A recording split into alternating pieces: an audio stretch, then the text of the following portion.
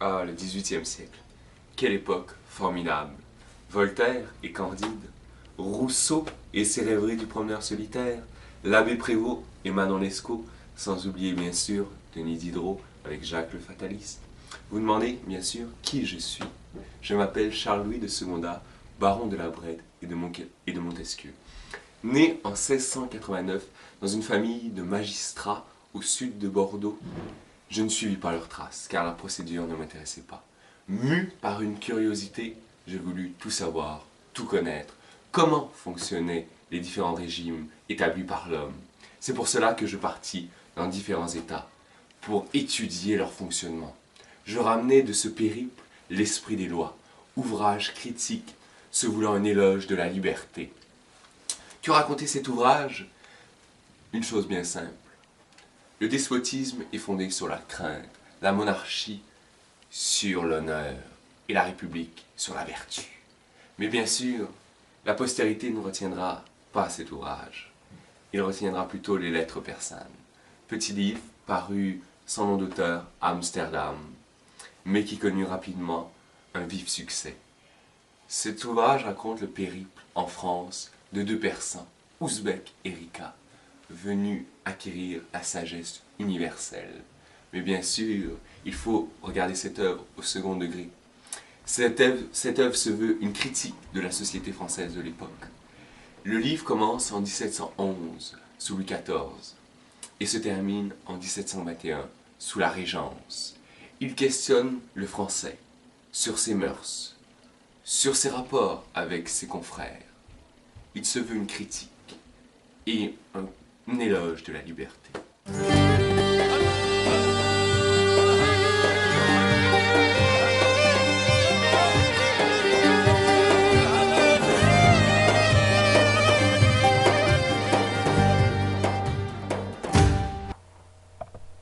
Cher Ibn, Ouzbek et moi sommes bien arrivés. En ce pays où nous pensions acquérir la sagesse nous permettant de mener une vie plus juste. Comme est grande notre déception. Jamais nous ne fûmes autant choqués par ce que nous vîmes. Sans doute diras-tu que j'exagère, mais laisse-moi te narrer dans quelle situation troublante Ouzbek et moi tombèrent. Lors du premier jour de notre visite, notre traductrice nous proposa d'aller visiter un collège fondé par des mollahs. Quelle fut notre surprise de constater que certains cours étaient donnés par des femmes.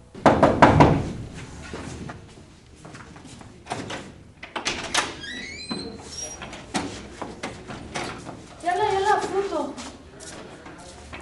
السلام عليكم. السلام عليكم. فما تستغربوا هون المعلمات، في معلمات انه في بنات، وكمان بالصف في بنات قد صبيان، يعني هون بيدرسوا قد ما في بنات قد ما صبيان، في صبيان يعني. كيف ما تستغربوا، فيكم تفوتوا. روحوا قعدوا.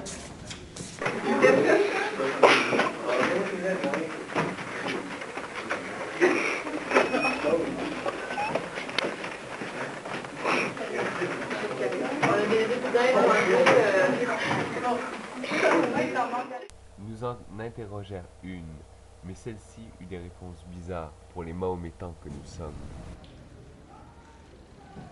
Que pensent les femmes de votre mari du fait que vous travaillez? Les femmes de mon mari, Oui. ben, c'est un peu mystifant parce que, en fait, mon mari n'a de femmes que moi. Donc, ben, avez-vous des informations que j'ai pas? Est-ce que mon mari me tromperait? Puis je suis pas au courant. Qu'est-ce que c'est que cette histoire-là? Je comprends pas du tout. هون بيتجوزوا بس مع وحدة، يعني ما عندهم غير العالم. Je voudrais savoir pourquoi c'est pas juste votre mari qui travaille. Ben parce que ben dans notre société, c'est possible pour tout le monde de travailler. Pas, les femmes travaillent, les hommes travaillent, il y a des jeunes qui travaillent. Y a pas, c'est pas strict, c'est pas seulement l'homme qui est pourvoyeur, c'est tout le monde en fond. Puis il y en a même qui vont être pourvoyeurs pour leur famille. Il y a même des femmes qui vont travailler puis leur mari ne travaillera pas. Donc ça, لأنه هون العالم كلهم بيشتغلوا، ما في بس البنات مش بس الصبيان بيشتغلوا، البنات كمان يعني كلهم بيشتغلوا وإنه كلهم بيجيبوا مصاري على البيت. Il veut savoir pourquoi vous n'êtes pas dans un sérail. N'aimeriez-vous pas plus être dans un sérail? Ben, c'est cocasse parce que on n'a pas de sérail, nous, au Québec. Mais il y a des clubs, hein. Tu peux faire partie d'un club de sport, un club d'échecs, mais il n'y a pas de. Non. Non, c'est pas une société polygame. هون البنات ما في مطرح يعني كلهم سوا وهيك انه فينا نلعب كليب فوتبول او ماشي هيك، بس انه ما في مطرح كل البنات سوا. Notre traductrice voulut nous faire visiter son collège, mais les étudiants eurent pour nous un regard amusé. Wow! Quoi ça? Ben ouais.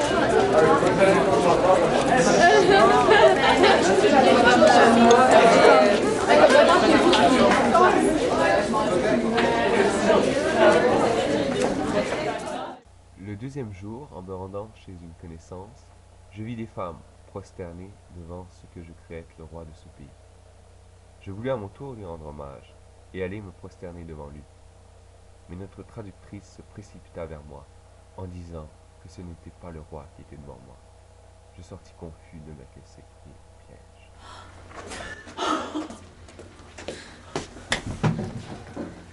ولك شو عم تعمل؟ هيدا مش الملك، تعال هون.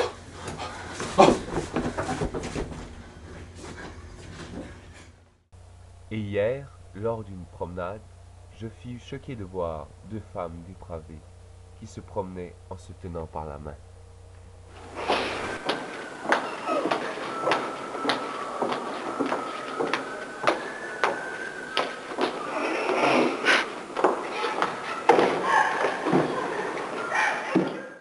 Cher Ibn, maintenant tu sais pourquoi nous n'avons qu'une hâte, celle de quitter la France, ce pays où règne en maître absolu le racisme et le vice. Ce voyage m'a permis de constater que notre pays n'a rien à envier aux autres. Je n'ai qu'une hâte, celle de retrouver les femmes de mon sérail. Voilà, ainsi s'achèvent les lettres persanes. Ouzbek et Rika regagnèrent leur cher pays, la Perse, mais pourtant, à leur retour, ils ne trouvèrent que désolation, car les femmes de leur sérail s'étaient révoltées et s'étaient empoisonnées pour ne pas souffrir du despotisme de leur maître. Vous allez vraiment me manquer! Vraiment, oui! Bye!